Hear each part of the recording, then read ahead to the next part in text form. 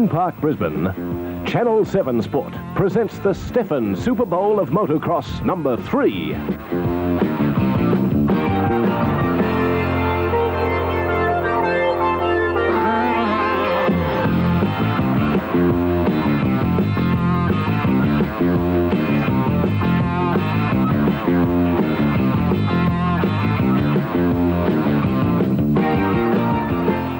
To call all the action, we now take you trackside to our commentators at Welsh, Col Young and Neil Crompton. And a very good evening, ladies and gentlemen. Welcome to Stefan's Super Bowl of Motocross. And believe it or not, I'm standing right in the centre of Rugby League headquarters, Lang Park, the scene of many a famous Rugby League battle and even a sub-4-minute mile by that great runner, Herb Elliott. But tonight it's been turned over to the new breed of motorcycle superstars, the Motocross champions. With me tonight, joining me on the commentary team from Victoria, Neil Crompton, 7 years a motocross rider and now one of Victoria's and Australia's foremost motocross commentators. Neil, how do you see the evening? Well, it's going to be tremendous, Pat, and it certainly is wonderful to be back in Brisbane once again to get this great motocross action going once more. We've got 80 of Australia's and indeed the world's best riders coming up to Lang Park tonight. In fact, we've got 5 international riders and headed up by American Mike Bell together with Warren Reed and also Daniel Laporte from Team Honda, and also a couple of Swedish riders including Leif Nicholson, I should say. And we've also got something like, as I said, 80 of Australia's top motocross riders, including Stephen Gall and Anthony Gunter, so it certainly promises to be great motor racing. Okay, well, just before the motor racing starts, we've got Mike Bell and Stephen Gall with us. Let's have a chat to two of the stars of this evening, or the expected stars of this evening. Steve, you've had a couple of workouts on the track this afternoon. How do you see it? The track's shaping up really good. It's got some good jumps in it, some good sort of stutter bumps that'll really test the rider's ability. My Yamaha's running great, and I'm looking forward to tonight. Mike, you're the Super Bowl champion of America. How does this venue compare to the American venues? Well, it's really quite similar. Excuse me. Most of the tracks all have their own personalities, though. You know, it's really hard to compare one against the other because of the size of the stadiums and, you know, what they have available as far as, you know, the compound of the dirt and the layout of the stadium. But it's really good. This track's going to be real nice. Well, during the C-grade events this afternoon, we saw several very nasty falls. Is the track dangerous? Well, it's a matter of how you approach the track. A lot of the C-grade riders don't give quite enough caution to how they approach the track, and it's very, very important, you know, not to go out there and go too fast in the beginning, and that's why you see a lot of accidents in the C-grade racing, but it is quite safe. Well, the thing, of course, is, Stephen, that you know, the Australians are going to have this bit of friction, of course, between the Americans. Can we expect a really good battle between the two groups of riders? Well, I hope so, Neil. It's, you know, Mike and the American riders are extremely experienced in the Supercross racing in this type of racing for over 6 or 7 years, I think now. So, you know, we've really got to, you know, extract the old proverbial digit and get out there and ride as hard as we can. But, you know, I'll be out there trying myself and trying as just as hard as I can. Mike, I understand this is a second honeymoon for you. It's an unusual way to spend a honeymoon. Yeah, well, this is the third trip we've made over here, and the first time I came over, I came with my girlfriend. The next time she's my fiance, and this time she's my wife. So we've been married for a couple months. We've been really having a good time over here. Okay, Mike, best of luck tonight. Let's go back to our central commentary position now to Colin Young, our own motocross expert here in Brisbane, for a rundown of how this track was actually constructed. Well, as Pat Welsh just said, this is a Rugby League headquarters in Queensland, Lang Park Stadium, the scene of many great moments in Rugby League, and just 1 week ago this was the scene here at Lang Park. You can see construction starting to take place for this artificial motocross course. 2,000 cubic metres of sand and loam have been trucked in here over the past week to form up this course. There was some slight delay caused earlier in the week when Brisbane was saturated with more than 8 inches of rain for 3 days, and you can see some of the wet conditions here as the track is being laid down. But work continued, and in fact here on Thursday night work was being undertaken under floodlights to finish off this Grand Prix-like course, which features all the toughest parts of the outdoor courses, which are the traditional scene of motocross racing, and they've all been put in here onto the playing field of Lang Park. You can see a section of the track there at the northern end actually going up through the stands and through the crowd to situate the action right up close to the spectators so that everybody can get plenty of action.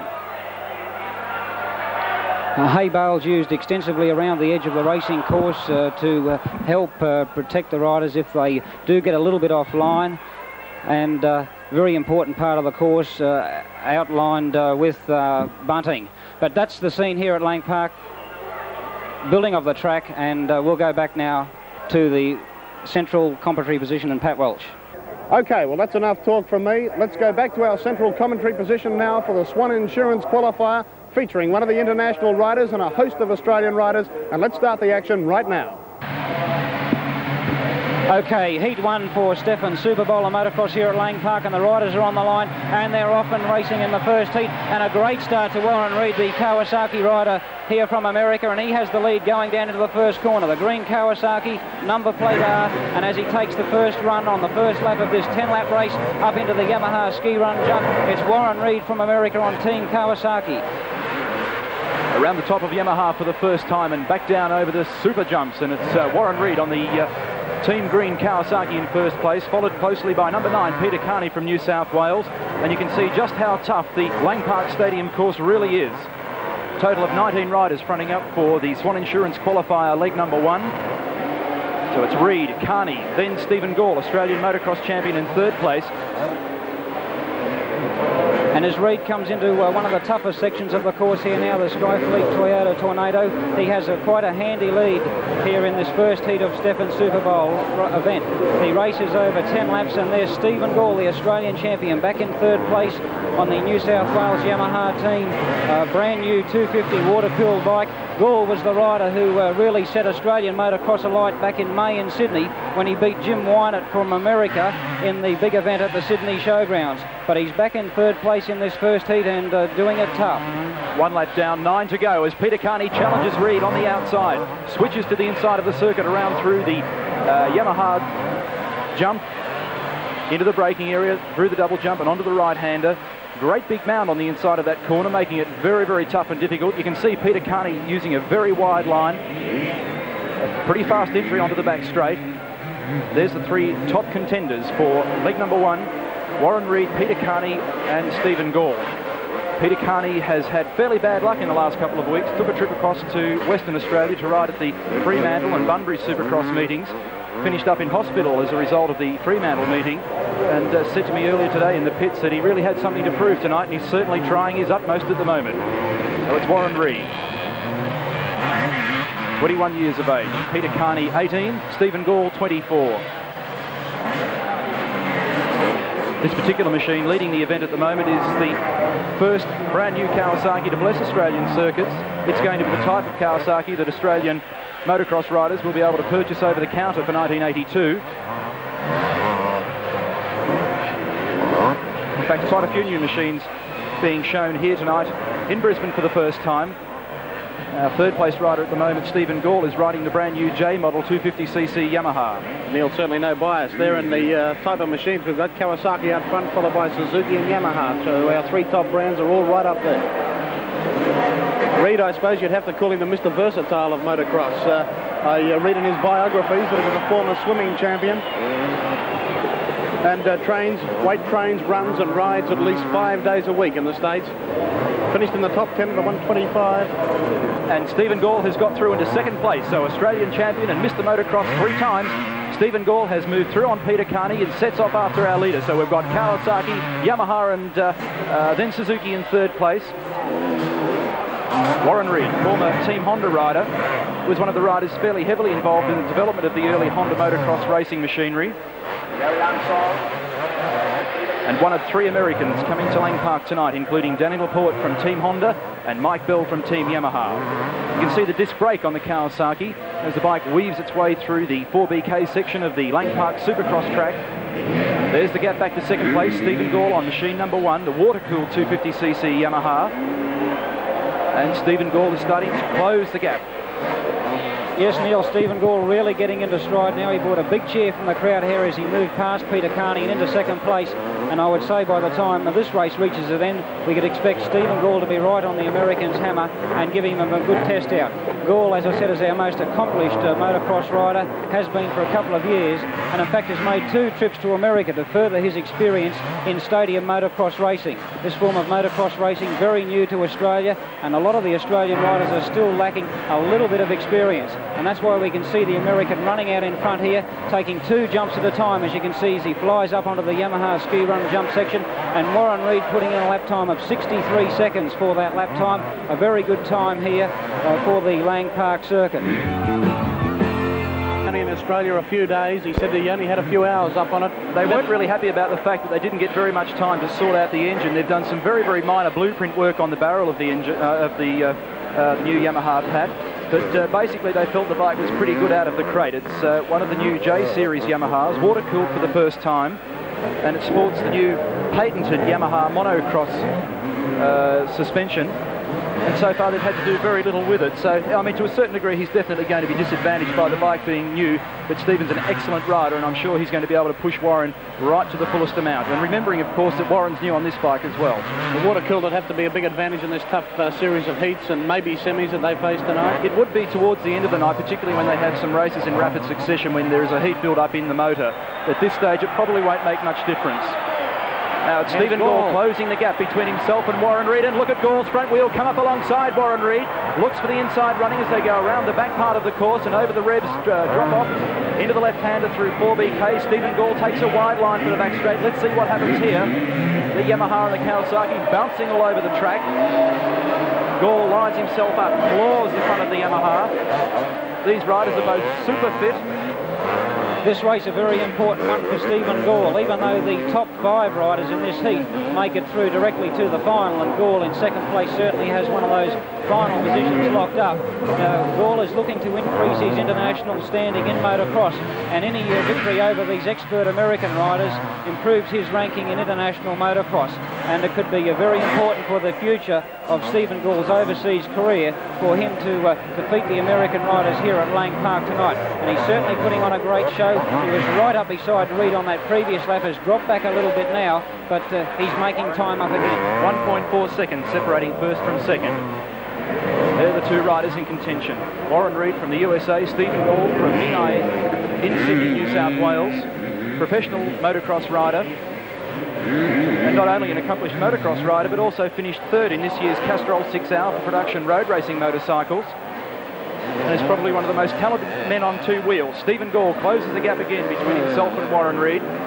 Stephen looks to be looking for a few new lines around the Lang Park circuit, and so far hasn't really found anything that's giving him great advantage.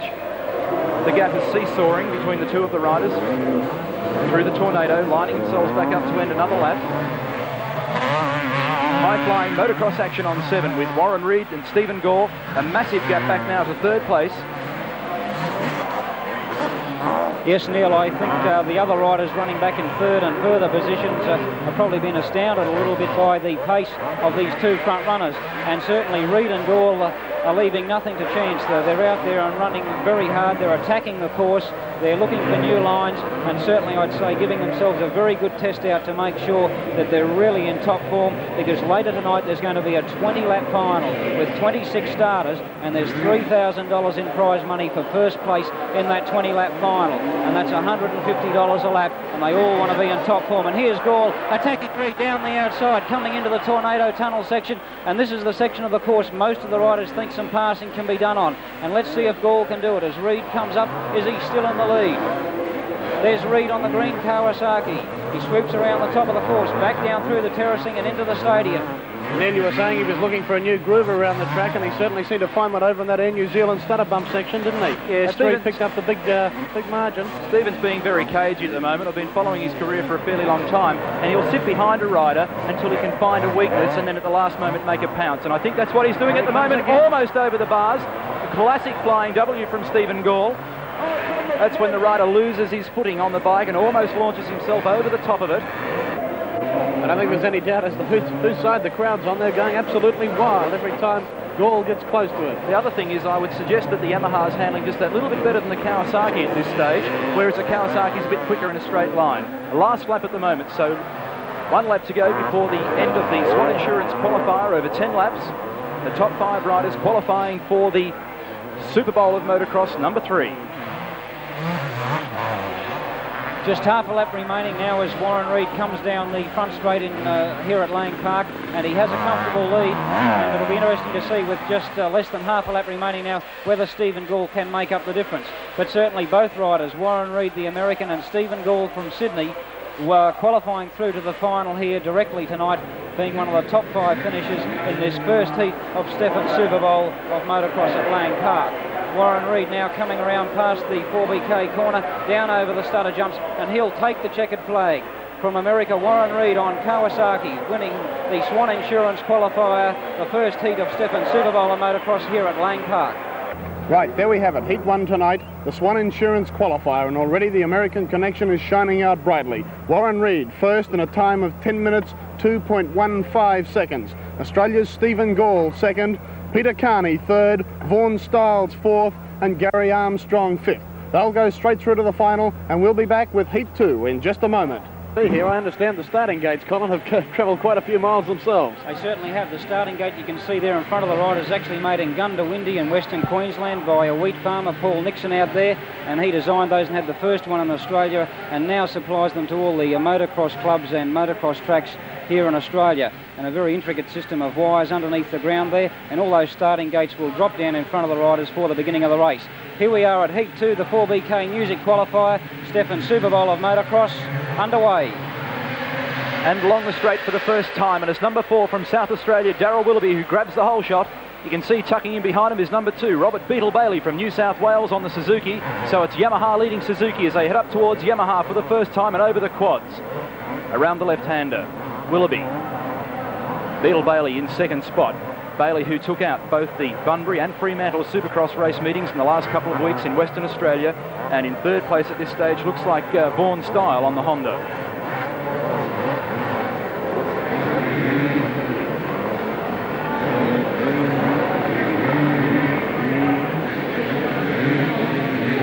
Okay, here we have the race leader, Darryl Willoughby from Adelaide, coming into the Tornado Tunnel section, and Beetle Bailey right on his back wheel as they come around, and this looks like a great dice between these two Australian riders as they come up over the tunnel and make the sweep up through the terrace seating area at the southern end of Lang Park. Through in third place, Greg Cady on the Honda, and then number 26, which is Tony Fenton, the Western Australian rider, coming through. Leif Nicholson there on the Husqvarna from Sweden also coming through, but back in about 8th place at this stage.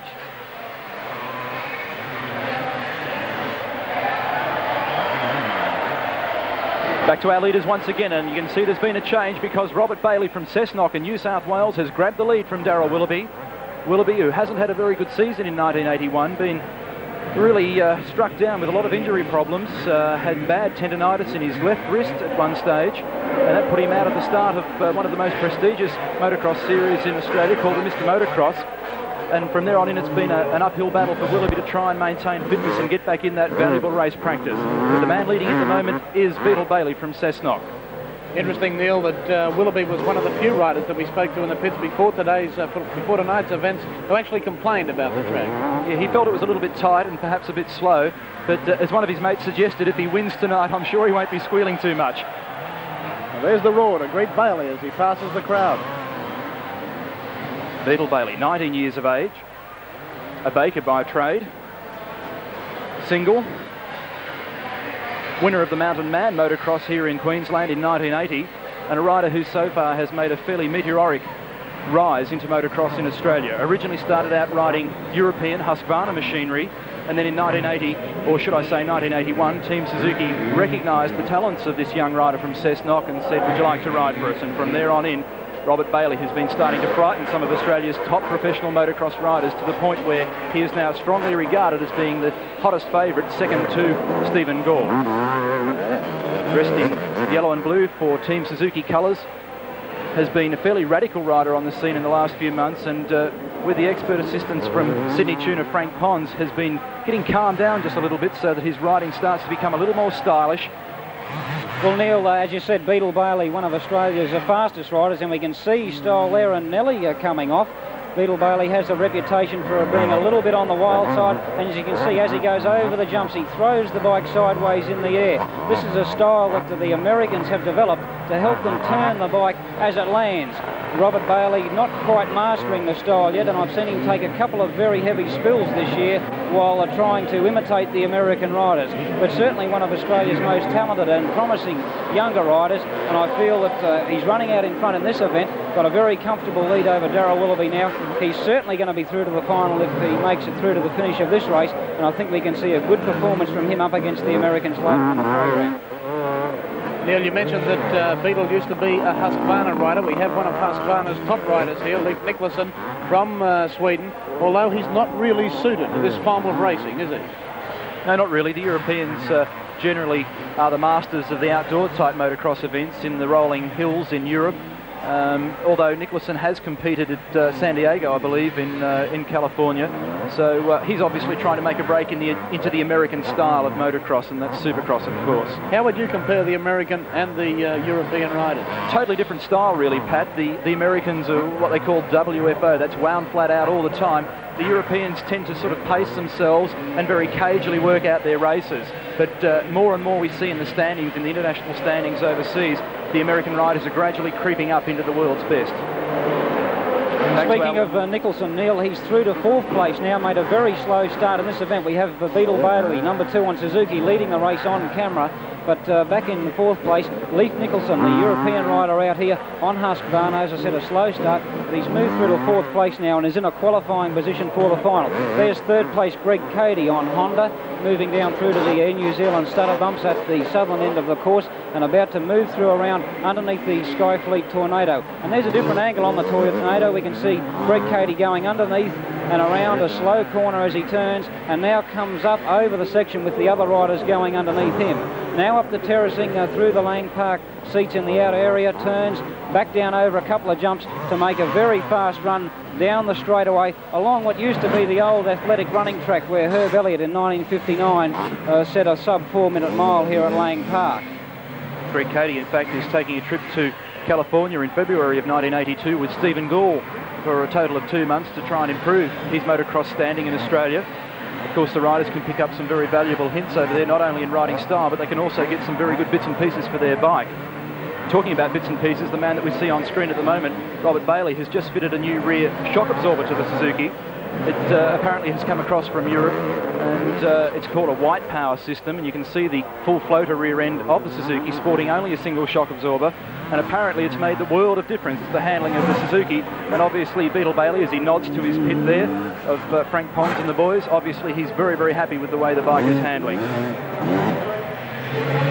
They did have a Japanese kit on the bike at one stage, which comprised of very, very long travel front forks and also a special carburettor barrel and exhaust pipe. In fact, they took it off the bike and have now taken it back to stock. So the bike has basically only had improvements in terms of the handling area.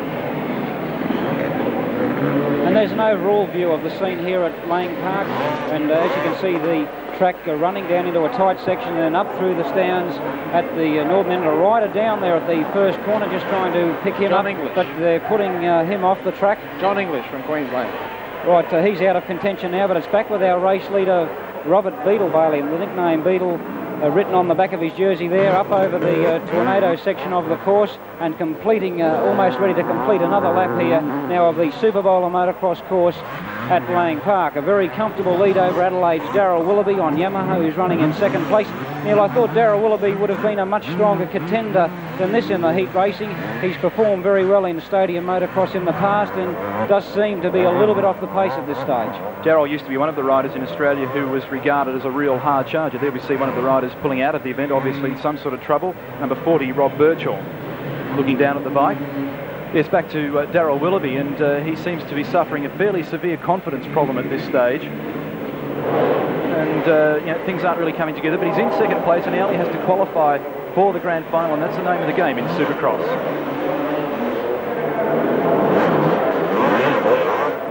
As I said, Neil, he was one of the few riders to actually not complain, but said he thought the track was a little too tough, and it could well come back to that confidence problem that he's experiencing at the moment. Bailey seems to be making very good time up through the Tornado section of the course, and this is one of the parts of the course where I think we'll see a lot of passing later in the program, particularly in the final. Bailey looking very impressive through there, but again getting sideways over the jumps, and will be interesting to see when the pressure's really on in the final if Bailey can continue his front-running form. And there's 9.7 seconds separating Robert Bailey and Darryl Willoughby at this stage. Bailey from New South Wales on the Suzuki we have on screen at the moment, bike number 2, and second place is Darryl Willoughby on the Yamaha, bike number 3, riding for Yamaha Pitmans of South Australia. There's Bailey coming down the front straight now in front of the main grandstand and about to get the blue flag for 1 lap remaining. Each of these qualifying races over 10 laps. 1 lap now for Bailey. He's only got to stay on the bike for about another 60 seconds, and he'll have won the 4BK Music Qualifier, Heat 2 tonight in Stephen's Super Bowl of Motocross program. 4 qualifying heats to select the field for the final. The top 5 in each qualifying heat make it direct to the final, and then there will be 2 semi-final races to select the other 6 riders to go through to the final. You could see just a moment ago that fairly large gap between Beetle Bailey and Darryl Willoughby.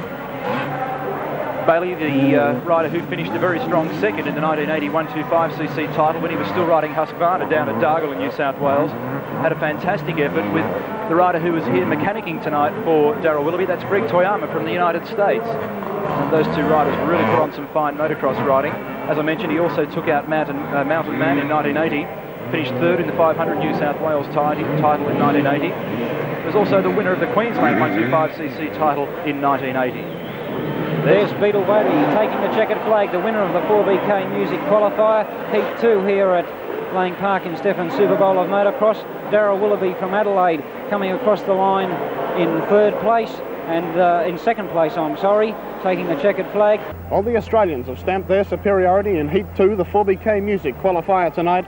First across the line, Robert Beetle Bailey in a time of 9:55.77 seconds. Second, Darryl Willoughby. Third, the Swedish ace, Leif Nicholson. Fourth, Greg Cady. And fifth, Peter Gash. We'll be back right after this break with the 3rd heat of tonight's Stephen's Super Bowl of Motocross. You can see a full field of riders battling it out in the quad section of the course before heading up to Yamaha for the first time. And already, look at the gap that Laporte has opened around the Yamaha hill.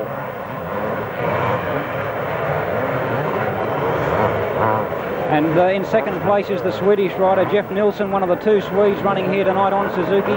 In 2nd place, the full field coming through down the bottom of the Yamaha ski run jump. And there's Laporte on the factory-entered Honda here tonight, the American rider running out in front. And this bike has only been in Australia for 3 days. Honda, like their main rivals Yamaha, have air freighted this brand new 1982 model production motocross racer out from Japan for their team rider to race here tonight. It's a water-cooled 250cc bike and plenty of horsepower, and you can see Laporte's using all of that up. That's our 3rd place man, number 52, Jeff Nilsson, with a little bit of bunting wrapped around the rear end of the Suzuki. Fairly colourful act. Yes, I don't know whether that's going to slow his progress or not. There's quite a lot of bunting actually wrapped around the rear axle of his bike. There's our 2nd place rider, Anthony Gunter, running down over the double jumps back into the stadium after coming down through the stands. There's Nilsson in 3rd place running through also. There's the man that's blitzed him, Danny Laporte. And the gap is closing. 4.6 seconds now separating 1st from 2nd, and I would say, gentlemen, we've got a race on our hands in the closing stages now of this heat number 3, the TAA qualifier, and Anthony Gunter is definitely catching the American rider Danny Laporte on screen at the moment. There's our 2nd place man, 250cc Kawasaki. And Laporte gets the blue flag. 1 lap to go.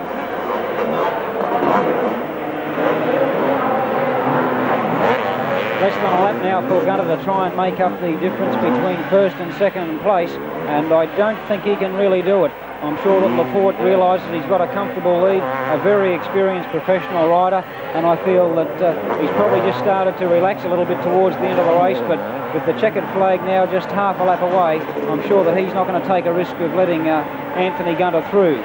Gap still closing, 3.9 seconds. As Colin suggested, I think it's a little bit too late now for Anthony to do anything much about Laporte's very large lead. There's the gap. Laporte on the right-hand side of your screen. Gunter just coming up from bottom left. Great shot of the Yamaha sky jump. And what a beautiful scene here at Lang Park this evening. A massive crowd has built up to witness world-class motocross riding. Here's Laporte, letter number L on the front of the machine. comes up towards the checkered flag and takes out Heat 3, the TAA qualifier for Stephen's Super Bowl of Motocross, number 3. Dan Laporte, a great performance to win Heat 3. You must be happy with your performance. Yeah, thanks, Colin. I was pretty happy because I had a guy, Anthony Gunner, in my race, and he seemed to be really, really fast. And I got a few signals that he was just behind me a couple times, and so I just rode a steady pace most of the race. Up until that time, or up until Heat 4, when Mike Bell won, you were the fastest rider on the track. Yeah. The 20-lap finals coming up. How do you see your chances? I see a pretty good chance because in my qualifier, I think the reason it was a little slower because I had more racers in my race, and I had to pass quite a few more guys. So it was a little bit more slower, and also every race is usually more progressive, a little bit faster because someone has the time to go by. So I think that helps too. Okay, who do you see as your major opposition?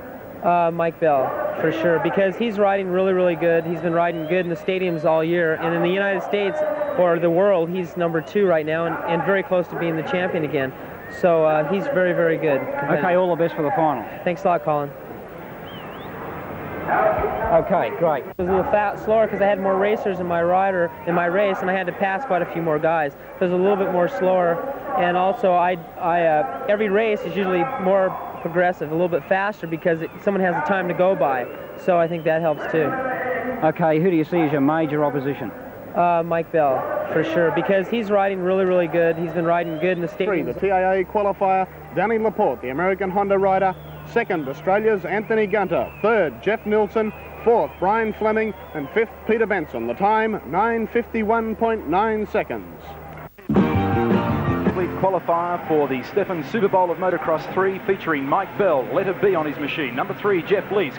6, Trevor Williams. 11, Matthew Carlson. And number 70, Mark Pace. They're the riders to look for. Down goes the gate and away they go. Up towards the jump for the first time, and it's Mike Bell. 6'3" of him into the lead. Around turn number 1, and it's Bell, then followed very, very closely by Trevor Williams. Very quickly, young West Australian rider Jeff Leask on machine number 3 grabs a bit of the action as well and moves up into second place.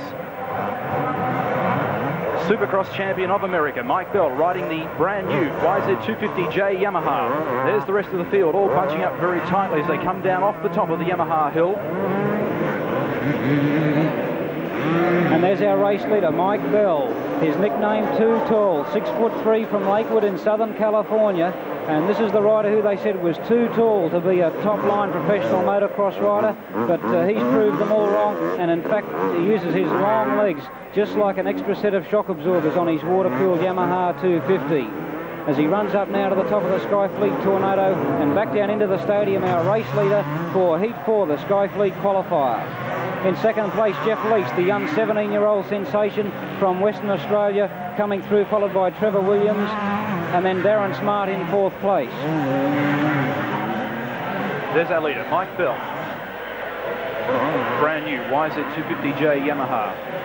You can see a little bit of the rear suspension on the machine, the new patented progressive rate springing on the back of the Yamaha Monocross system, and it's working furiously over the bumps. The classic age versus youth here. Bell 24, Leask 17. Now, I understand most of the C-grade riders are around 17, Colin.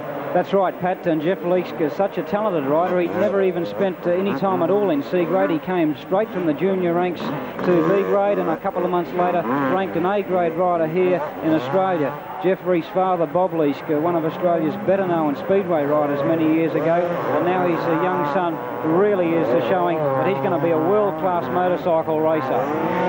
And there's Jeff Leask, bike number 3, riding for Honda and doing a great job here tonight in Stephen's Super Bowl of Motocross. Heat 4, the Skyfleet qualifier. He is about 80 metres behind the American champion as he sweeps up the upward run up the Yamaha ski run jump.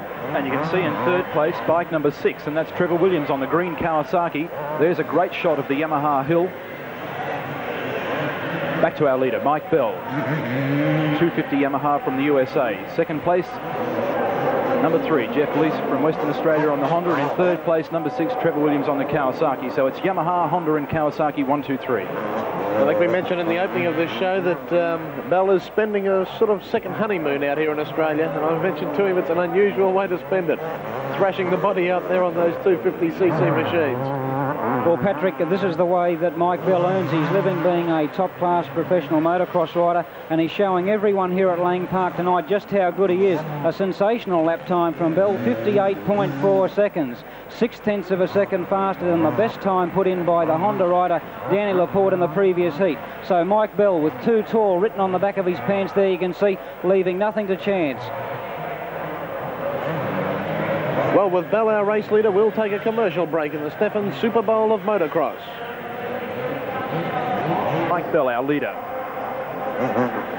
Machine, let it be. Number 59 steps off the Kawasaki. Shane Hanley off the bike, but back on and running again now, back in action, but would have dropped a lot of places and would be out of contention for a qualifying place. And we've lost Jeff Leask somewhere along the line, because our new second place man is now number 6, Trevor Williams. And there he is, winding his way up to the top of the Tornado. Off the Skyfleet drop off, and that's a real heart and mouth affair, that one. Around the left-hander and back onto the main straight once again. Trevor Williams, 22 years of age, from Bairnsdale in Victoria.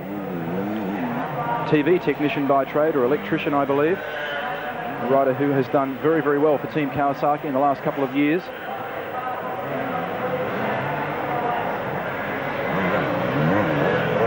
Matt Carlson, number 11, the Sydney rider, just moving up the Yamaha ski run jump there now, running back in about 6th place at the moment, riding for Suzuki here tonight, and one of the talented younger riders on the way up in Australian motocross.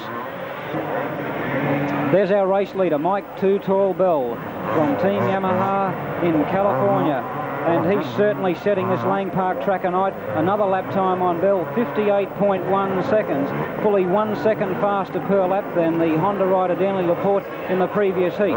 Mike Bell out here from California. He may be on his honeymoon, but he's leaving nothing to chance on the motocross track. And tonight going, of course, for his 3rd consecutive victory here in Australia. Has made 2 previous visits and both times won the Super Bowl of Motocross race. Just lapping some riders now as he moves through the field, and some very fast lap times from this rider. Looking at that laid-back style of Bell's, I'd certainly like him on a couple of racehorses that I unfortunately back of a Saturday afternoon here. Unusual style, isn't it, compared to the rest of the Americans we've seen here tonight? Well, he's just so huge. He sort of crouches all over the bike and snaps it back into line when it starts to get out a bit. So Mike Bell really carving them up with 22.5 seconds separating first from second. So he is absolutely streaking the pack.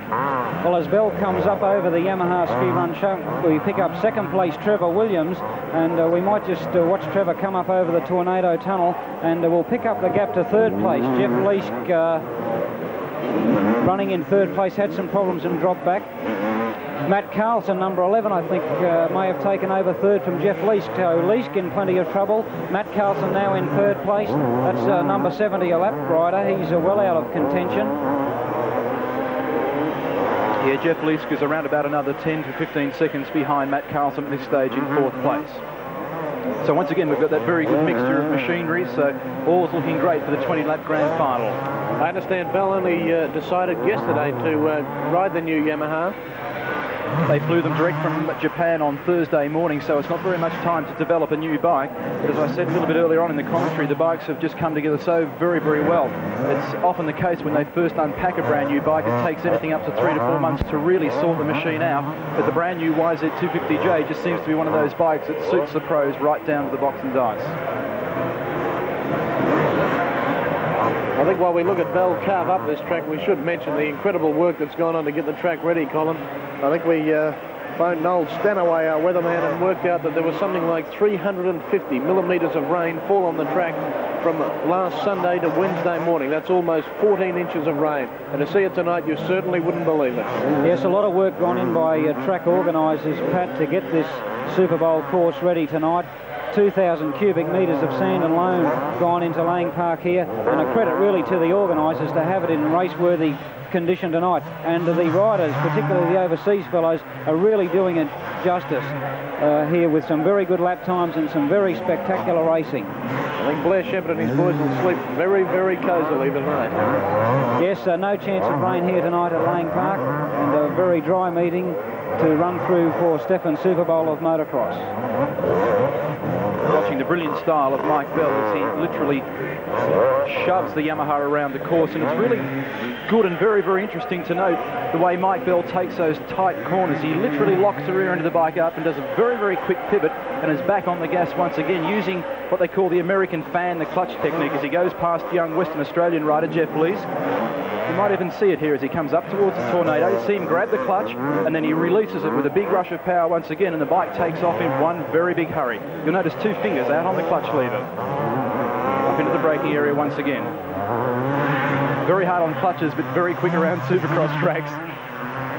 You can see the Japanese technicians put their hands over their eyes when the riders do that.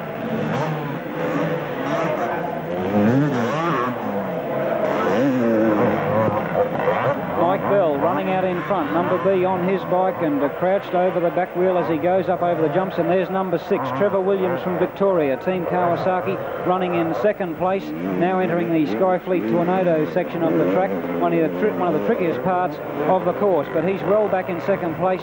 Mike Bell has this race wrapped up. And out comes the checkered flag for Mike Bell, and he takes out the 4th qualifying event, the Skyfleet qualifier, on machine, let it be. Mike Bell. Well, the American Mike Bell announced very loudly to this big Lang Park crowd that he certainly is the man to beat tonight. He recorded by far and away the fastest time of the evening, 9:25.60 seconds. Second was Trevor Williams. Third, Mark Pace. Fourth, the youngster from West Australia, Jeff Leeks. And fifth, Paul Brenchley. We'll take a break and be back with the race for the semi-finals. Finals this evening, the Yamaha semi-final. First of all, on the left-hand side on bike number 47. And that's Greg Bonner. Number 43 on the Honda. Pete Coward. Further across to the right-hand side on the Suzuki number 26. Tony Fenton. Husqvarna mounted number 64. Gary Black. Suzuki mounted number 16. Steve Dinsdale. Alongside him, another of the Suzuki's number 20. Calvin Brewster. More European machinery, Husqvarna number 61. Gordon Bell. Yamaha number 44. Dave Gosding. Further across and relaxing just at the moment, number 39 on a Yamaha. Dale Slater. And alongside him on machine number 36. Trevor G. Further across once again to the right-hand side, number 24. Warwick Fuchs. Number 69 on the Honda. Barry Blacker. Number 12 on the Honda. David Armstrong. Number 60 on the Suzuki. Rex Day. Number 31 on the Supercross Yamaha. Dave Sutherland. Number 48 on the Suzuki. John English. And number 57 on a Suzuki. Dave Garvin. Number 56 on a Suzuki. Peter Kermond. Number 40 on a Suzuki. Rob Birchall. And last but not least, number 65, a little bit further across to the right-hand side. And that's Darryl Penfold. That's the entire field for the Yamaha semi-final, the first of the semis this evening. We're looking for the top 2 riders to qualify for the Stefan Super Bowl of Motocross, number 3, over 20 laps. There's the full field, as I said. Fronting up to the gate. 6 laps in total around this treacherous course. And these are the riders who didn't get a chance in the first heats to get a position on the board. Remembering we took the top 5 riders out of the first 4 heats. Now we're looking for, in fact, the top 3. Not the top 2, as I suggested a moment ago, but the top 3. And Neil, this should be real desperate racing. It certainly will. Ready for a start. Revs building. Thousands of horsepower unleashed on the Supercross circuit of Lang Park, and away they go. Okay, this is at the first semi-final and a very desperate race here. There's only 3 chances for these riders to make the final, the 20-lap final, and have a crack at the big prize money. And you can see the packed field of riders as they run up the Yamaha ski run jump, and we'll try and pick them up for you as they come through the field. As they sort themselves out, I noticed the starting gate stuck for number 69, Barry Blacker. Is that unusual, fellas? What happens in that case? It probably means that the rider jumped the start, because the design of the starting gate is that it drops back on top of the rider. Therefore, if he fouls it, it's nobody's fault but his own. Back to the field once again, and it's tough and torrid motocross action down the back straight for the first time. Suzuki mounted rider in front, coming up towards the Skyfleet Tornado. Let's see if we can pick him up. I think it's number 28, but we'll confirm that as they come up towards us. The field stringing out in the background. Over the drop away. Round the left-hander and back onto the main straight, coming up to end their first of 6 laps. Number 28, I think it was, fellas. Yeah. Phil Lovett. Number 20, my apologies. Number 20 is Calvin Brewster. Calvin Brewster, young rider from Brisbane, running out in front to leading the Yamaha semi-final. Didn't do very well on his qualifying heat, but getting it all together here and has quite a handy lead. Calvin Brewster, one of Queensland's most promising motocross riders, mounted on Suzuki tonight and doing a good job in this race. If he can keep this up, he'll be certain of a position in the 20-lap final. I'm pretty sure you tipped him as one of the contenders in the opening heats, Cole. We've got a bit of a duel on our hands by the look of it. Suzuki challenge in second place is number 57, and a big endo. Steps right over the front of the bike. Rider stands up and looks to be okay, lifts the goggles off and steps aside across the other side of the circuit, much to the delight of the Brisbane crowd. Bloodthirsty pack they are. That was Queensland's Darren Gilbert who made the challenge for the lead. Short-lived though it may be. Very short-lived. Back to our leader once more, number 20. Let's go back and take a look at a replay of that incident. You can see on the left-hand side of your screen, number 57. Darren Gilbert, the Queenslander. And gets way out of shape, falls across the front of the bike, and then it comes smack on top of his head, does another loop once more, and rolls off once again. And you can see that the protective gear that these guys wear certainly makes it safe rotoring. Back to our leader once again, across the top of Yamaha and coming down on the ski jump, number 20. Calvin Brewster from Queensland on the RM250X Suzuki, the full floater machine. Neil, after looking at that fall and having a look at dozens of falls this afternoon in the C-grade races, what sort of protective gear do these boys have to wear? Well, first of all, they're probably decked out with something like $500 to $600 worth of equipment. Helmets to the value of perhaps $120, $130. The particular helmet this rider is wearing, the Bell Moto 3, is very, very popular with its full frontal protection for the rider's teeth and nose area.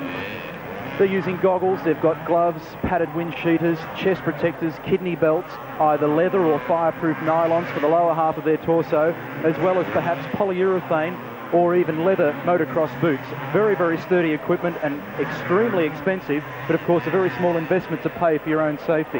Most of the equipment tends to come from either America or Europe, and a very, very big selection and a very colourful selection to choose from, Pat. You mentioned the fire gear. Is that a real hazard in this sport? Not really. Political issue, actually. The riders used to wear leathers, and in more recent years the Americans have favoured the nylon type pants, and there's a bit of a challenge on here by the look of it. I think we'll just drop that for the moment. Number, let me see if I can pick it up, 42 I would suggest. I think it's number 12, David Armstrong. If you can do it wrong, I'm sure you can. Number 12, David Armstrong from Queensland. On the Honda. Young rider who I know extremely well. Started out in his motorcycle career in mini bikes down in Victoria at some of the Honda mini bike rallies down there, and has gradually developed into a top young rider, and the brother of older rider Gary Armstrong, another accomplished A grader, formerly from Queensland, now once again back in Victoria. He gave Brewster a little bit of a nudge as he slipped past him. Is there a code of ethics between the riders? If you can take it, take it. That's about what it is. And if it happens to rub handlebars, well, that's part of the game. Obviously, officials are watching very, very closely all the time for anybody deliberately trying to incur the progress of a rider. But if it's just you see a line or you see a gap and you want to take it, the ethics are that you just simply take it. Just briefly going back to that point on the pants, they used to wear leather motocross pants. In more recent years, the Americans have favoured the lighter and more colourful nylon pants. When they actually brought them to Australia, our controlling body, the Auto Cycle Union, said, you can't do that. We won't have a bar of nylon pants because we believe that they may be a fire hazard because of the hot exhaust pipe running alongside of the legs of the riders. So it was stipulated that they wear fireproof linings inside these nylon pants, which they now have. Last lap flag has come out. That's the blue flag. There's our race leader, David Armstrong, the Queenslander. Interesting state of affairs, Neil, that he has a brother who was a resident in Victoria. Yes, that's what I was just saying a few moments ago. He's part of a motor racing family. In fact, their father, John Armstrong, is one of Australia's top sidecar riders, and in fact is still riding. And I think, I'm only guessing, but he's certainly in the late 40s, early 50s, so he's a very, very good rider, and certainly the family knows how to ride motorcycles. David Armstrong, number 12, on the Honda. The current model Honda, that's excluding the machine that Danny Laporte is riding. You can see the big radiator flares to the left and right-hand side of the petrol tank on the bike, trying to induce cool air towards the front of the bike, cooling off the engine. Front and rear suspension working very, very hard on the CR250. Out comes the checkered flag. Great win for David Armstrong. Now moves into the grand final. There's second place, number 20, and third place skiing a little bit out of shape there. Calvin Brewster in second place.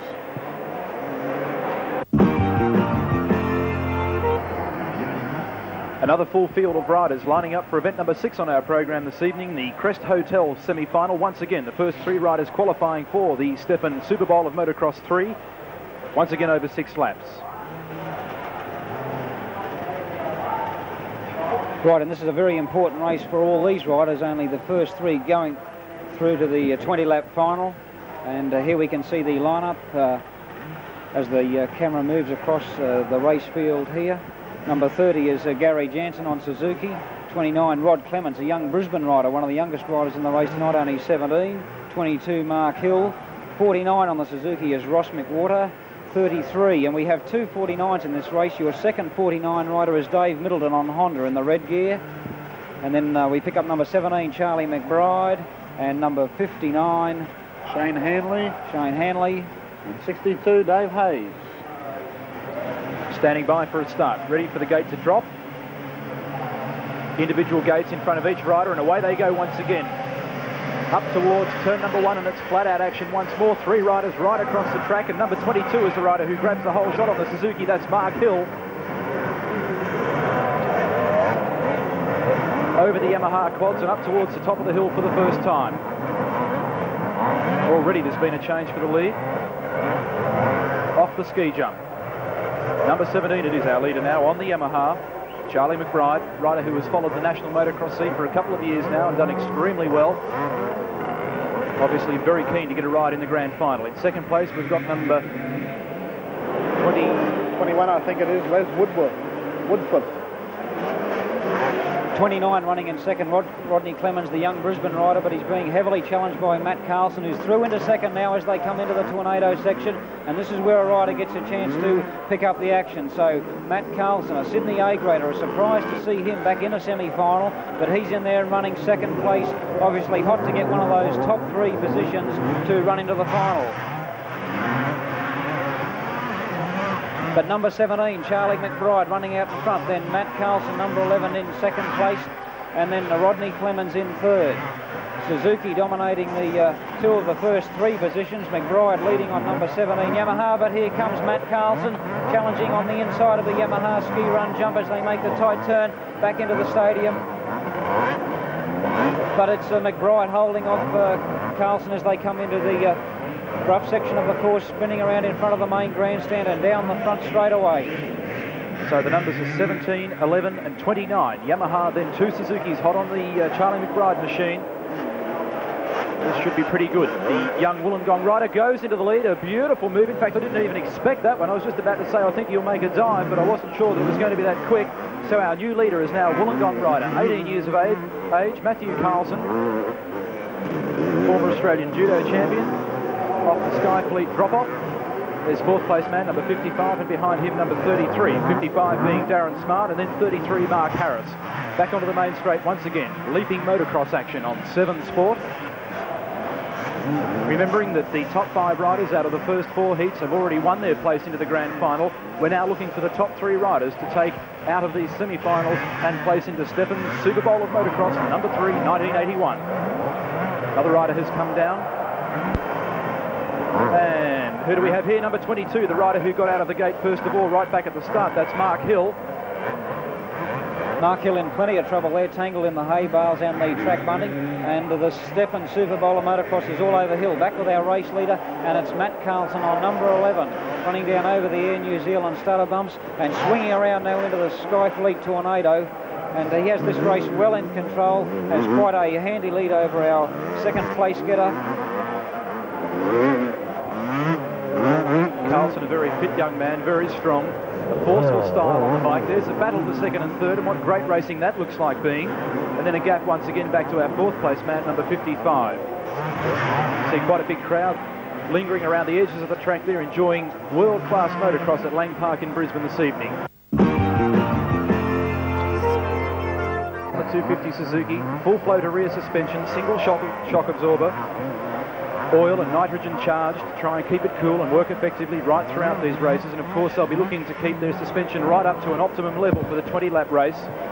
Second and third still having a great battle. Great dice there, Neil, between Charlie McBride and Rod Clemens, second and third placings. we might try and just take got the upper hand at this stage. Sorry, Pat, we might try and take a closer look at that battle for second and third, because it looks like there's some great elbow-to-elbow motocross in there at this stage.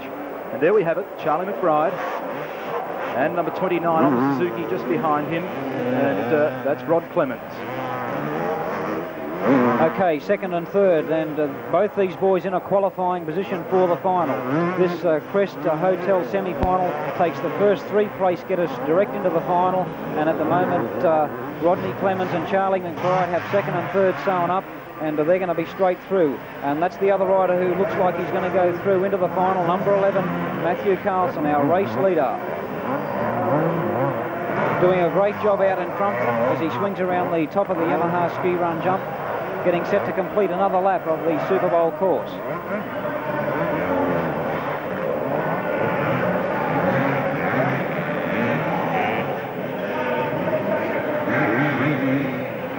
Blue flag comes out now. 1 lap to go for Matthew Carlson on Suzuki number 11 before he qualifies for the Stephen Super Bowl of Motocross number 3. There's number 45 on the Honda. That's Ian Day from Queensland. Neil, any disadvantage to these riders having to ride an extra race? No, not really. I think you'll find that they're quite happy to put in 2 or 3 performances tonight. And it'll also help them tune themselves into the groove on the circuit. There you can see the gap between first and second. There's second place man, Charlie McBride on the Yamaha number 17. And Matthew Carlson pops a great little wheelie for the crowd down the main straight. Just slightly less than half a lap to go now for the Wollongong rider on the Suzuki. All he has to do now is keep it together. Number 45 has stepped off the Honda, Ian Day. And he's not. I don't think he did it deliberately, did he? And he's not the only one we've lost track of. There's Matthew Carlson, number 11, through, looks like taking a win in this race. In fact, only has about 100 metres to go to the checkered flag, and he looks like taking out this Crest Hotel semi-final, and in fact he will, Matt Carlson on the Suzuki. But second place now looks like it's going to not be Rodney Clements, who we've lost track of. Charlie McBride, number 17, in second place, and Rodney Clements, who was challenging for third, now out of action, but I think he'll pick up now to finish in either third or fourth place. Number 55, Darren Smart, I think's picked up third, just ahead of Rodney Clements. I just had a quick look off the monitor for a moment there, Colin. It looked like Rod Clements had a flat rear tyre on the Suzuki, so that could account for the problem with him. Race winner for Heat 4 of Stephen Super Bowl of Motocross was American champion Mike Bell. Mike, how's the track? It's really good. It's getting a little ruddy, but I think it's going to be really good for the main. Mike, a very good performance in that race. The fastest heat qualifying time, in fact 25 seconds faster than Danny Laporte in Heat 3. Yeah, well, everything's going really good. I hope that they just weren't taking it easy in the heat races and then going to really battle it in the main. But I hope I got a little extra left still. What are your tactics in the final? Just to get a good start and ride a good, smooth, conservative race, you know, as much as possible, and just wait and see how the competition shapes up. Mike, in a number of other races I've seen you compete in, you really haven't made a very good start. In fact, you're renowned for your slow starts. Does that worry you? Not too much. This track, there seems to be enough room to pass. It'll be a little tight in some spots, but I'm pretty confident that, you know, no matter what kind of start I get, I can work up. And the opposition, who do you rate as the big danger? Well, of course, you know, the other Americans, Warren and Danny, and then Stephen looked really good in his heat race, as well as Anthony Gunner did too. They both look really fast, and really just going to have to wait and see in the main. For the Stephen Super Bowl of Motocross, over 20 laps, $10,000 up for grabs, $300,000 worth of top-class machinery, and riders from all over the world. In fact, 5 riders coming from overseas, 3 of them from the USA, 2 from Sweden, the balance made up by top Australian riders. People like Stephen Gore, Anthony Gunter, Robert Beetle Bailey, Trevor Williams. Internationals like Warren Reed, Danny Laporte, Mike Bell, Leif Nicholson and Jeff Nilsson. There's the field. The Gladiators lining up for this prestigious event, probably the biggest motocross meeting ever held in Queensland, and certainly one of the most spectacular. You can see the riders just starting to blow the 2-stroke oil out of their bikes just at the moment, trying to settle themselves down. It's a tough time for them. Got to lock in now to 20 laps of solid and hard motocross. And as you said, Neil, a very top-class international field, and I think the race favourite must be from California, Mike Bell for Team Yamaha. He's won this race for the past 2 years, going for a third straight win tonight, and has the fastest heat time, but not far behind is Danny Laporte. Standing by for a start in the Stefan Super Bowl of Motocross, number 3. Mike Bell, twice winner of the event. Here we go. And away they go, up towards turn number 1 for the first time, and the crowd goes crazy. On the right-hand side of your screen, the bike, letter number B. Mike Bell from the USA streaks into the lead on the 250 Yamaha. A full field of riders, Australia's and the world's best, and already a rider has come down. That's Suzuki-mounted Robert Beetle Bailey, who's come down there, and Matthew Carlson. And Jeff Nilsson, the Swedish rider, 52, was down also. A bad first corner spill, but out in front is a great start for Yamaha, with Mike Bell leading on his new water-cooled bike. And number 27 also comes unstuck there on the Suzuki. That was Paul Brenchley. Riders coming down to the end of the back straight, heading up towards the ski fleet. Tornado, and it's Mike Bell, 23 years of age, 6'3" of him. Absolutely dominating the event as he goes up towards the top for the first time. Half a lap down out of this 20-lap encounter for the $10,000 Stefan Super Bowl of Motocross. Mike Bell in first place, then followed by Suzuki rider, young rider from Cessnock in New South Wales, Peter Carney, Australian champion Stephen Gall, then followed by number 14, then we've got number 1, or should I say L, Danny Laporte, Warren Reed, Leith Nicholson, and the rest of the field streaming through. Very interesting to note that Anthony Gunter and Darryl Willoughby are quite a way back in the field at this stage. 1 down, 19 to go. Yes, Neil, as you said, a couple of the top Australians right back in the field, but running out in front and setting his hot pace was Mike Bell. And as I interviewed Mike Bell before the start of this race, he was a little bit worried about the start, not being renowned for his fast starting, but he's left nothing to doubt in this one and has made probably the best start of his career to have a gap of probably 80 metres as they run into the second lap. And it's a bit of a sensation. In second place, Peter Carney, the Suzuki rider, ahead of the Australian champion Stephen Gall. Well, we mentioned earlier on that Peter Carney had something to prove. He's had a very, very bad run in this year's motocross season. Ended up in hospital after the last Supercross event at Fremantle in Western Australia, and now sets off after the young American rider Mike Bell. Further back behind Carney, we've got Stephen Gall, Mr. Motocross on 3 occasions. He's being followed by Danny Laporte of the USA, and then we've got number 14 on the Suzuki. Number 14 is Brian Fleming, one of the riders qualifying from the semi-finals. Back to the action once again. There's our leader, Mike Bell. Letter B on the machine. YZ250J Yamaha, only in Australia for a matter of 3 or 4 days. Fresh out of the box, and there's Stephen Gall in trouble in the bottom right-hand side of your shot. Stephen Gall now drops right back down into the mid-pack, and he's got the job ahead of him to get back up there once again. Somewhat disappointing start by Danny Laporte, who was an easy winner in Heat 3. Still a long way to go. Yes, Pat, Laporte was confident when I spoke to him after his heat win, but a slower start than we saw him make in his heat. But this is going to be a tough race over 20 laps. Bell has already completed 2 laps, so there's 18 to go. But I think Laporte's fitness and his ability will tell towards the end of the race, and I think we'll see him make the move. There's Vaughan Style out of the event, remounts the Honda and comes in once more and creates a bit of a traffic jam alongside number 8. And number 8 would have been, let me see, Greg Cady. That trouble that Gall ran into has shunted him back to 5th place now, and he's really got to ride to get back up there. Vaughan Style on the Rick Andrews Honda. And there's the scene at Lang Park. This is Stadium Motocross, 2,000 cubic metres of sand and loam on a rugby league playing field, and 26 of Australia and the world's best riders battling it out for $10,000 in prize money here in Stefan's Super Bowl of Motocross. Number 12, young Queenslander David Armstrong on the 250 Honda. Obviously very happy to qualify in this very classy field of motocross riders. Sinks the Honda into the berm that time.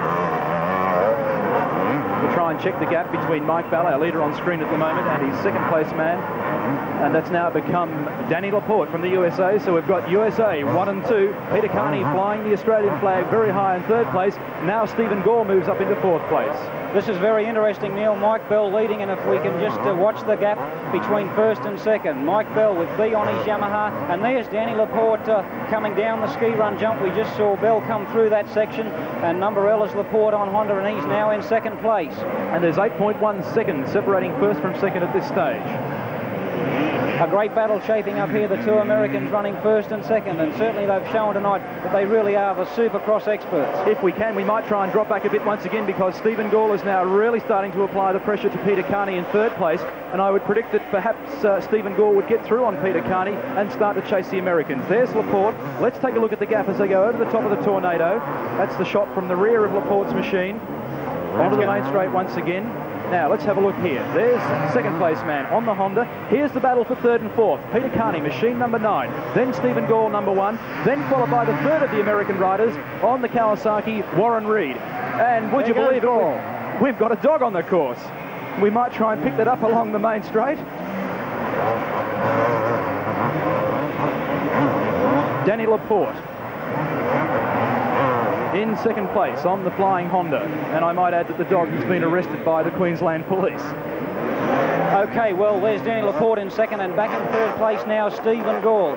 So we might just take a look at Laporte come up through Warren Reed, the American, off the course, going up the Yamaha ski run jumper. Sensation running in fourth place and now off the course, trying to kickstart his bike. He has it going, but a very slow start off for Reed. Reed actually fell on that spot during practice this afternoon, so obviously a trouble spot for the American. And Willoughby's down. We've also lost number 55. And there's riders coming down left, right and centre in that portion of the track. Race officials trying to move the fallen bike, and it's stuck in the middle of the course. Darren Smart is the rider of that machine. It certainly is in a dangerous position on the entrance to the Yamaha hill. They drag it off to the side. We didn't get a chance to have a look at the rider. We certainly hope he's okay. Of course, he's in the best of hands with the St John's Ambulance Brigade people in attendance all the time. There's Laporte moving his way through the field already in the early stages of the race, starting to lap the slower riders. Through 4BK, on towards the finish line area and down towards Air New Zealand. Seems incredible that these men can start the lap after only about 3 or 4 laps of the race. And more riders coming down across the field as we go back to our second place man again. 1979 National 500cc American Motocross champion Danny Laporte. And the gap's now closing between Bell and Laporte. Laporte just 6 seconds behind Bell. 2 laps ago he was 8 seconds behind. So Laporte putting in the big ones in second place on the water-cooled Honda, and he's trying to catch his arch rival. Bell and Laporte have raced handlebar to handlebar all year in America, dicing out the 500cc National Championship, and have been very close all year, and it's the same here in Brisbane tonight. Those riders going through. First of all, there was Stephen Gall on bike number 1 in third place. We've lost Paul Brinchley again on the Suzuki number 27. Matthew Carlson manoeuvres around him. Brinchley fires the Suzuki back up to life as we go back to our leader, Mike Bell. Too tall, as they call him. And he's certainly too tall for the Aussies at the moment, because he is absolutely smoking them. Into the groove. The big fella from California, claws all over the front of the Yamaha. You can see him using weight distribution very cleverly. Gets over the front of the bars, then back on the seat once again, constantly working on the machine. Of course, he'd be a very, very fit man. And we've lost Warren Reed once again up the Yamaha hill, not having the best of nights. How'd you like to come 12,000 miles and end up sitting on the steps, Pat? Actually, he's done very well, hasn't he? He should be a spectator from there for the rest of the evening, I'd say. Stephen Gall, 3-time Mr. Motocross. Gall running third at this stage. And as we leave our coverage of the Stefan Super Bowl of Motocross final, we'll take a commercial break and be right back. Okay, back at Lane Park, and that's the scene at the northern end of the playing field as the riders come out of the main straight and run up into the Yamaha ski run jump, up through the terrace seating, along the top and back down. A 26-rider field here, over 20 laps, carrying $10,000 in prize money. And there's our American rider, Warren Reed on Kawasaki. He's got going now after that spill. The second time in this race he's been down. Now back in action. He'll be a long way back, just ahead of the Sydney rider, Peter Carney there. And Reed a long way back in the field, as I said, and he'll be right out of contention in this race. It's a real shame, because he really put in a great performance in Heat 1, the qualifying heat, and as I said, very disappointing to come so far. But we go back now to our third place man, Stephen Gall. And Colt, so tight is this circuit that just one little mistake cost you the race.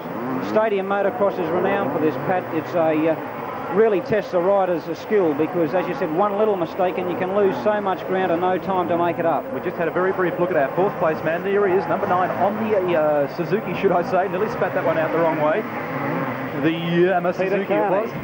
Unusual bike. And Peter not far Carney. Behind him, Neil, is the rider with N on his machine, and that's the Swede Leaf Nick Layson on the Husqvarna, coming up just a matter of metres behind Peter Carney as they go up the top of the Yamaha ski run jump. There's Nicholson in the yellow jersey just behind Carney, but Reid just passing David Armstrong on the Honda and trying to get back in the groove now after 2 bad spills. There's our second place man, Daniel Laporte, followed by Vaughan Style, who would now be a lap down as he had a fall early in the event. Back to our leader, Mike Bell. Lining himself up. Heading up towards Yamaha once again. Brenchley's come down on Suzuki number 27 for the 3rd time, I think it is, if I'm counting correctly. Bell has a look over his shoulder to check out the opposition. There's our second place man, again from California in the United States of America, Danny Laporte. Originally started out his career in professional terms with Team Suzuki. He was one of the up-and-coming riders there. Back with Mike Bell. But this is the man that, you wouldn't believe it, in the same spot, 3rd time lucky, is it, or unlucky for Warren Reid, comes down again. So he's having terrible trouble up on the Yamaha ski jump. As I said, Neil, he should step about 5 yards sideways, take a seat and watch the rest of the action. Well, I don't think he's going to take much of a part in the Stefan SUPERBOWL of Motocross final tonight now. His opposition, Yamaha rider Mike Bell, heads off on his winning way as Warren Reid works on the gear lever of the Kawasaki. A great shot of the single shock absorber rear suspension on the Kawasaki, patented idea called a Unitrack. And you can see the gear lever just to the left-hand side and in front of the footrest on the bike. Reid working frantically to get his machine going, and he's obviously wanting to get back in the race. All these professional American riders are so conscious of wanting to perform all the time and do their very best, but Reid no chance of winning, but as you can see, still trying to get back in the race. And as we pick up our race leader, swinging now into the Skyfleet Tornado, this tricky section of the track as he corkscrews around and now comes up, getting set to come up over the tunnel. It's Mike Bell from Lakewood in Southern California, the man that has won Stefan SUPERBOWL of Motocross 2 years in a row, now going for his 3rd straight victory. And this is the form of the man that has taken stadium motocross worldwide by storm. Just 6 weeks ago in Holland, in Europe, he won Europe's first stadium motocross event. He went over there and beat all the European aces, including the current world champion. And this is the man, Mike Too Tall Bell, lead rider for Team Yamaha in the USA, earning a 6-figure amount per year as one of the world's leading pro riders, and he's really showing his top form tonight. Incidentally, for Suzuki fans, Robert Beetle Bailey has tangled himself up on the Yamaha ski jump, so Beetle looks like it's all over for him tonight. Don't forget, this program is brought to you by Kentucky Fried Chicken, the Stefan SUPERBOWL of Motocross final. Mike Bell winding his way up on top of the Skyfleet Tornado. Let's have a good close look at him now as he works at the office. Crouches all over the front of the Yamaha once again. Remembering, of course, these riders are limited to 2 50cc bikes. That was a brief shot of Anthony Gunter, then number 6, Trevor Williams, Kawasaki teammates. 2 50cc motorcycles indicated by the green number plates on the bikes with white numbers on them. And then Australian 250cc champion Stephen Gore.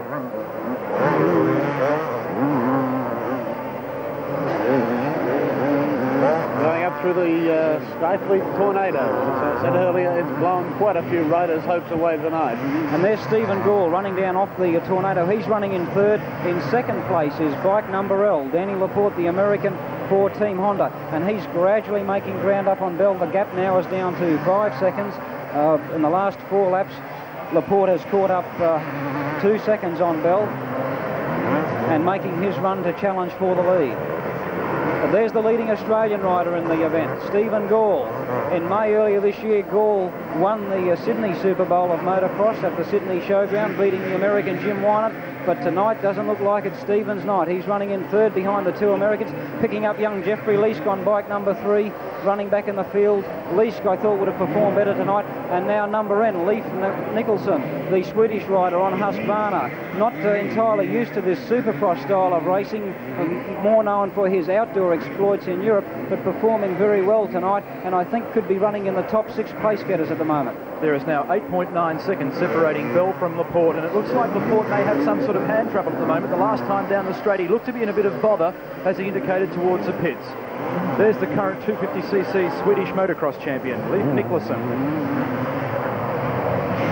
one ride at the San Diego Super Bowl in the United States. There's Beetle Bailey up and running once again on bike number 2, the Suzuki. Trevor Williams, number 6. Mike Bell, the leader. Mike Bell. He's so busy on that bike now. And there's the gap. Danny Laporte. Looks like everything's okay with the Honda once again as he sets off after the leader. So we've got a classic Yamaha versus Honda battle. There's Anthony Gunter, number 5. And the ominous looking dirt across the shoulders of Robert Beetle Bailey indicates that he's taken a tumble on the turf at Lang Park. Very disappointing for the young rider who cleaned them up at Bunbury and Fremantle over in Western Australia in the last 2 Supercross events. Of course, there's plenty more Supercross action coming up in the Australian motocross season. There's a big one happening in Melbourne on November the 21st. And I believe quite a few other moves on at the moment. Vaughan Style takes a trip off to the side to do a bit of gardening. Rejoins the race once again. The tornado is certainly taking its toll, Pat. Say that again, mate. And in fact, I was talking to Normie Carr, our state rugby league lock. That would mean a lot to you coming from Victoria where you play that aerial ping pong. But I said to him that they were planning to stage a motocross event here, and I wondered whether he'd get out and have a ride with the boys as a promotion. He said, I am not that stupid. Well, now this is the stage of the race that could be very dicey for Mike Bell, setting such a fast pace out in front. He's now well into lapping the slower riders.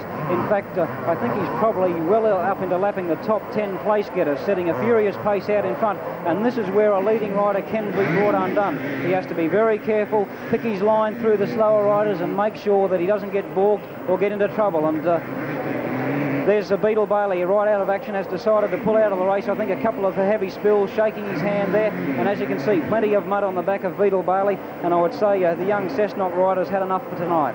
And the gap is now increasing between first and second with 10.6 seconds separating Bell from Laporte. I would suggest that Mike Bell really has the measure of Danny Laporte at this stage, but anything can happen in motocross, and certainly on a course like this, we could end up with any sort of result. There's Peter Carney, bike number 9. Trevor Williams, number 6, riding for Team Kawasaki Australia. There's Laporte in second place, letter L on the front of the machine. Significant that we've lost both our winners of the first 2 heats. Warren Reed from America, Robert Beetle Bailey of Australia, have now taken no part in this final. We'll take a commercial break and be back with more action in the Stefan Super Bowl of Motocross final.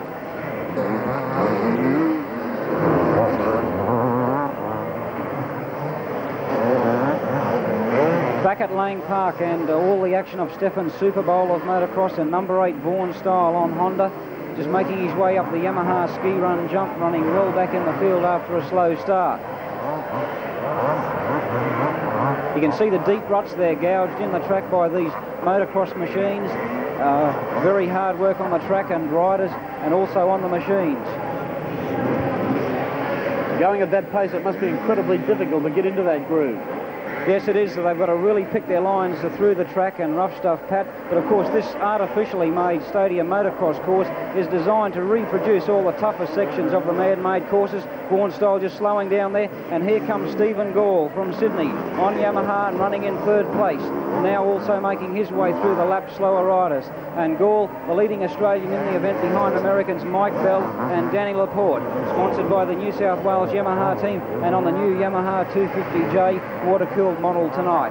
And there's Mike Bell not too far behind, and we could see the situation here of the Australian champion being lapped in this 20-lap race by Mike Bell, and that'll just give you some indication of the speed that Bell is travelling at. The thing that totally freaks me about this guy is he just makes Supercross look so easy, and that course would have to be probably the hardest piece of motocross course that I've ever seen in Australia, and I've been following it for a while. It really is incredibly hard. The lumps and the bumps in the course would make most people swallow in fright, and Mike Bell is just carving this up as if it was a leisurely Sunday ride. Neil, I was saying he looks so busy on that bike all the time. Never stops moving around. Yeah, he uses his weight very, very well. You see there that he gets right over the back of the bike. And out comes the checkered flag. And Mike Bell, the winner of Stefan's Super Bowl of Motocross here at Lang Park.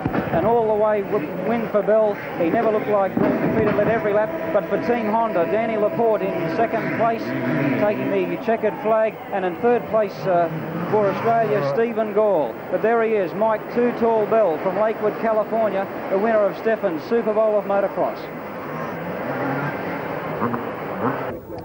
Well, you've just seen a great finish to Stefan SUPERBOWL of Motocross here at Lang Park, and the race winner Mike Bell from America here on my right. Congratulations, Mike.